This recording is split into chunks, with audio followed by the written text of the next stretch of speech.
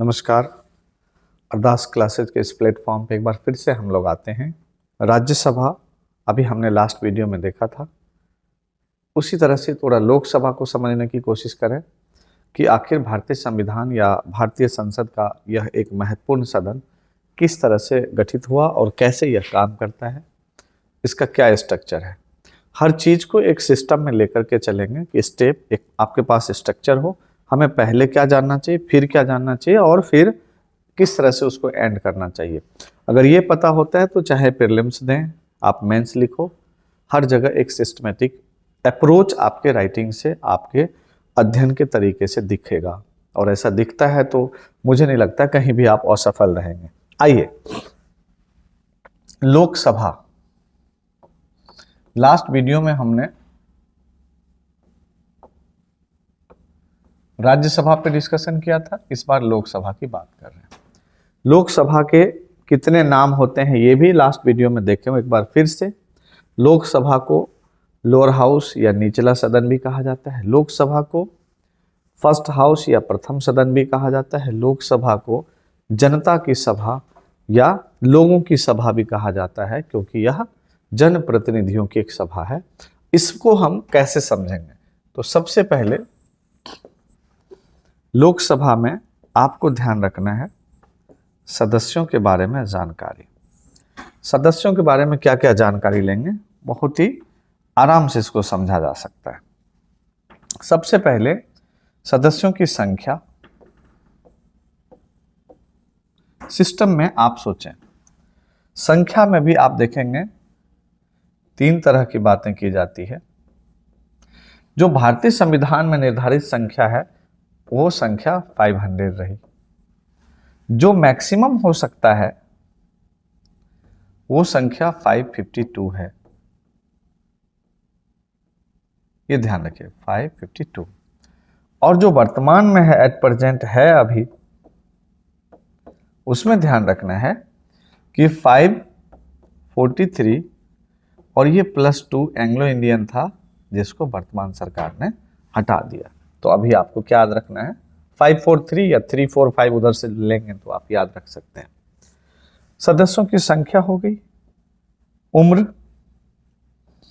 जैसे राज्यसभा में 30 वर्ष कम से कम था, इसमें आप 25 वर्ष के होते ही आप चुनाव लड़ सकते हैं, लोकसभा चुनकर जा सकते हैं। उसके बाद सदस्यों का कार्यकाल क्या होगा, हमेशा ध्यान रखें। यह एक विघटनकारी, यह डिजॉल्विंग सदन है, हाउस है, तो यह कार्यकाल आप ध्यान रखिए मैक्सिमम वन टाइम में कितने साल का होगा, 5 वर्ष का। 5 वर्ष पे दोबारा चुनाव होकर के चुन करके आना होगा। मिनिमम कितना होगा, कभी भी जा सकते, हमेशा ध्यान रखिए। आज सरकार गिर गई, बात खत्म हो जाएगी, फिर से चुनाव लड़िए। किसी की सदस्यता कभी भी समाप्त कर सकते हैं, है ना। तो आपको ये ध्यान रखना है। इलेक्शन कमीशन उसकी सूचना देगा और फिर मंत्रिपरिषद की सलाह पे राष्ट्रपति उसको आयोग घोषित कर देंगे।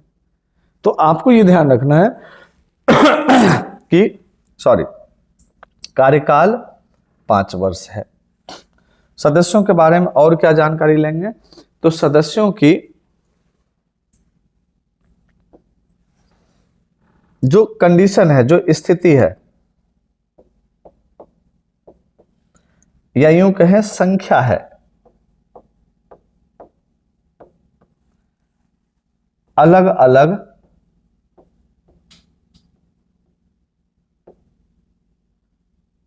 ऐसे लीजिए, अलग अलग राज्यों में या अलग अलग यूनियन टेरिटरी, जितने भी ले लें, इन सब में इसकी क्या स्थिति है, ये सबसे पहले जानना जरूरी है। दूसरे नंबर पे आता है कि सदस्य तो हो गया, लोकसभा का कार्य क्या है, अन्य क्या महत्वपूर्ण इनके पक्ष हैं।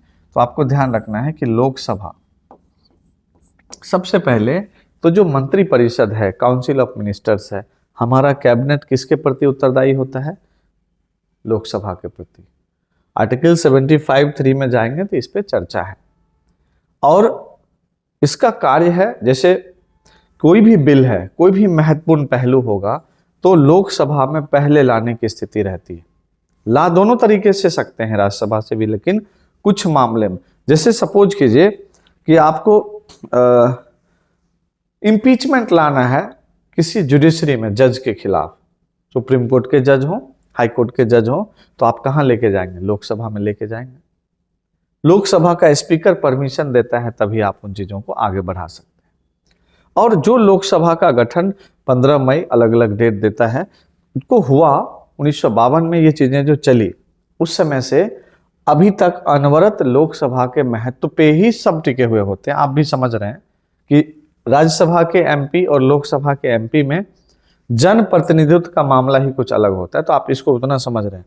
तो इनका कार्य जो है इस तरह से समझ सकते हैं कि लोकसभा किसी भी बिल में अपना महत्वपूर्ण योगदान रखता है, और खासकर एक बिल आए तब, मनी बिल, धन विधेयक में लोकसभा की भूमिका सबसे महत्वपूर्ण होती है।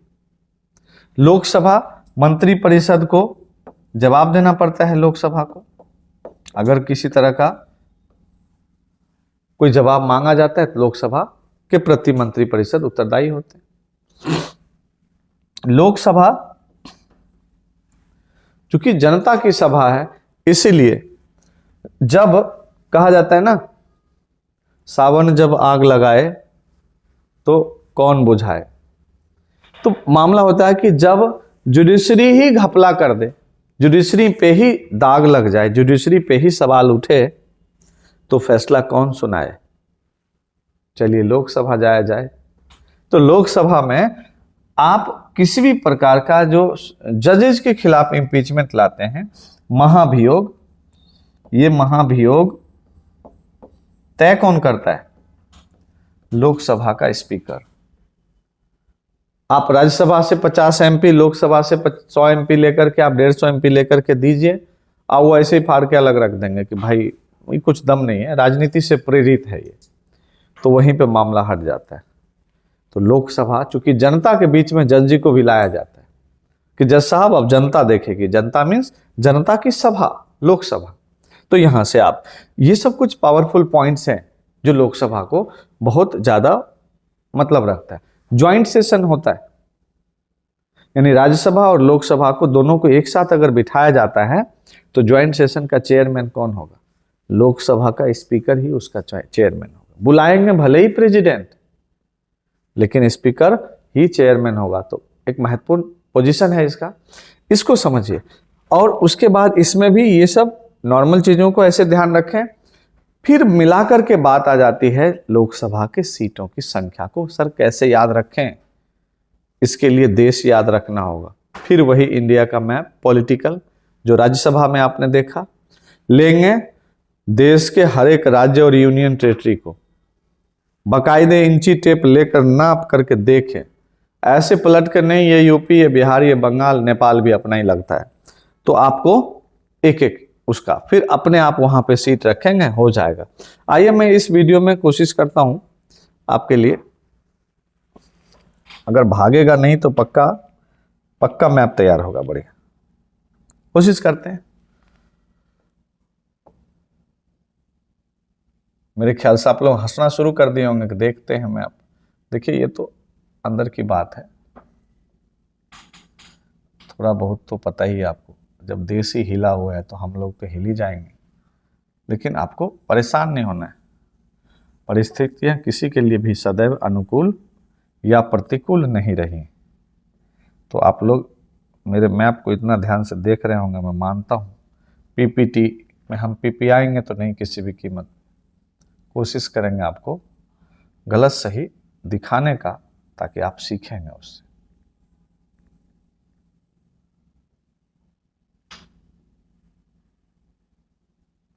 मान लीजिए बांग्लादेश भी अपना ही है, तो ये भारत का मैप आखिरकार एक किसी भी तरह से आप ले लीजिए, देश अपना है। आइए, ये आप में से बहुतों को नहीं पता होगा, मैं ऐसा मानूं? नहीं मान सकता। ये लद्दाख है, अभी न्यूली बना है, एलडी डाल दिया हूं, लद्दाख, माइंड पे थोड़ा जोर डालेंगे। और ये जम्मू एंड कश्मीर। क्लियर है? दो, ये दोनों यूनियन टेरिटरी है। और यूनियन टेरिटरी गिनेंगे तो लिख ही दे रहा हूं, यूटी और यूटी यूनियन टेरिटरी। आप बताइए, चंडीगढ़ यहां पर होगा, थोड़ा ऊपर कर दें, चंडीगढ़ यहां दे दें, ये भी एक यूनियन टेरिटरी है।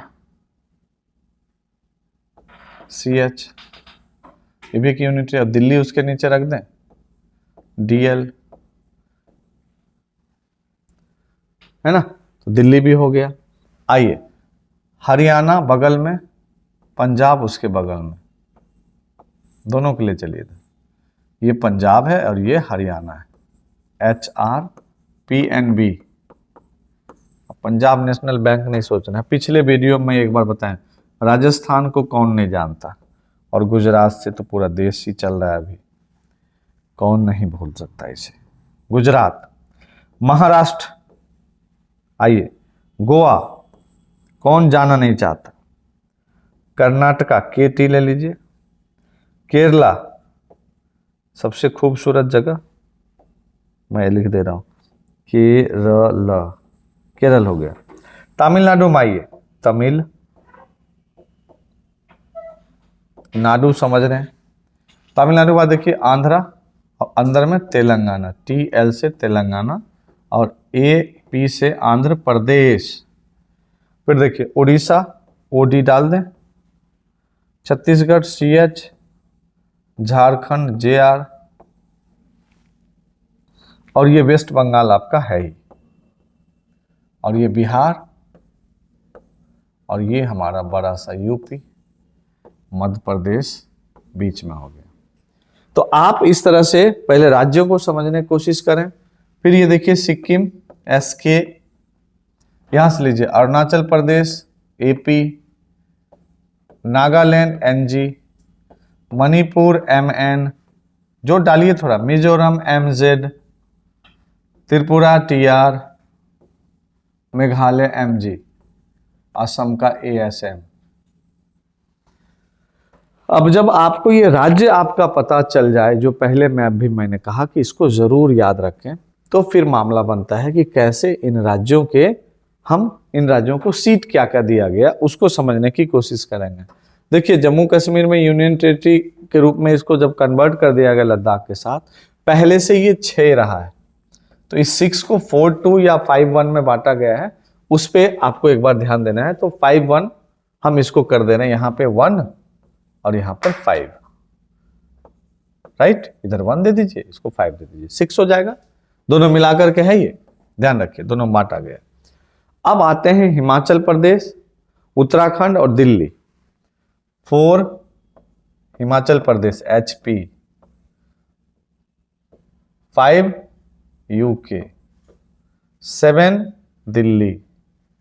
मैं कलर चेंज कर दूं, अगर आप लोग बुरा ना माने तो मैं व्हाइट कर दे रहा हूं। चलिए दिल्ली का 7 ले लीजिए। हरियाणा का देखिए ये 7 हुआ। अब ये लोकसभा में जा रहे हैं हम लोग, तो यहां पर हो जाएगा तो अब देखिए हरियाणा को हम 10 दे दे रहे हैं, 7 और 3 जोड़ेंगे 10, और 10 और 3 जोड़ेंगे तो 13 पंजाब का। यानी दिल्ली में देखिए 5, 2, 7, 3, 10 और 3, 13, 7 दिल्ली, 3 जोड़ दीजिए हरियाणा, 10 हरियाणा में 3 जोड़िए पंजाब। थोड़ा साइज का भी फर्क है, पॉपुलेशन का भी फर्क है, ये आप देख ही रहे हैं। अब हम लोग यहाँ पर एक एक स्टेट को, जैसे ऊपर से हमने ये 5 दिया था जम्मू एंड कश्मीर, ये 1 दे दिया था लद्दाख को, यही 1 है। हिमाचल प्रदेश को हमने 4 दिया था, उत्तराखंड को 5 दिया, तो आप ध्यान रखिएगा।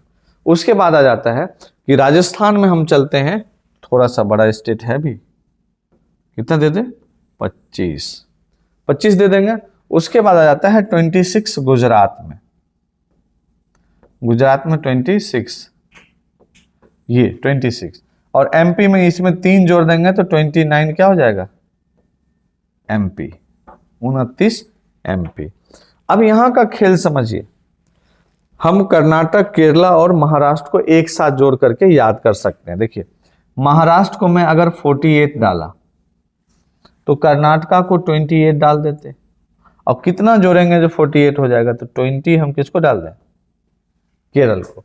तो Kerala plus Karnataka equal to Maharashtra, इन तीनों को ध्यान रखिए। ये देखिए कर्नाटक और ये नीचे केरला। तो यानी कि 20 प्लस 28 और प्लस 28 इक्वल टू 48 ऊपर हो गया। और बाकी गोवा का आप दे दीजिए, दो जने जाते ही हैं वहां घूमने, तो ये ध्यान रखना है। अब आते हैं हम लोग तमिलनाडु में। देखिए मुस्कुराने की बात नहीं, तमिलनाडु 39 तमिलनाडु, इसको अलग से याद रखिए।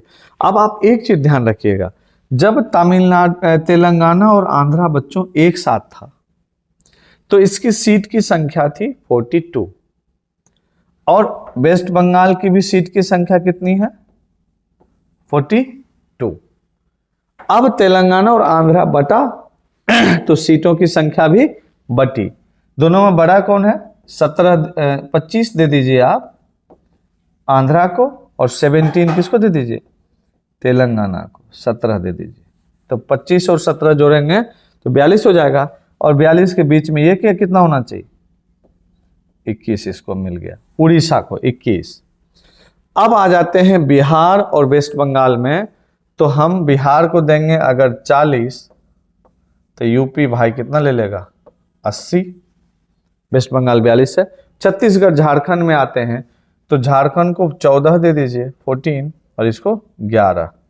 जैसे Gujarat plus 3 equal to MP, तो Chhattisgarh plus 3 equal to Jharkhand, 11 plus 3 14। इतना इधर का आप सबको ध्यान रहेगा।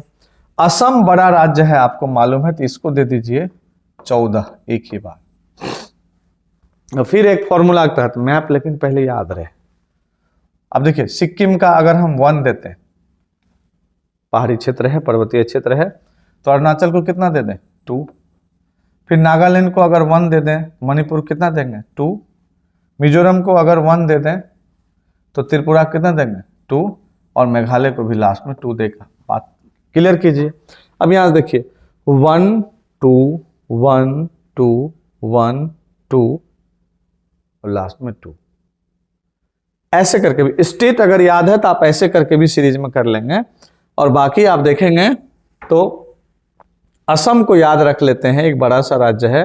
तो अरुणाचल प्रदेश में 2 है, नागालैंड में 1 है, ऐसे करके आप इधर का भी कर सकते हैं।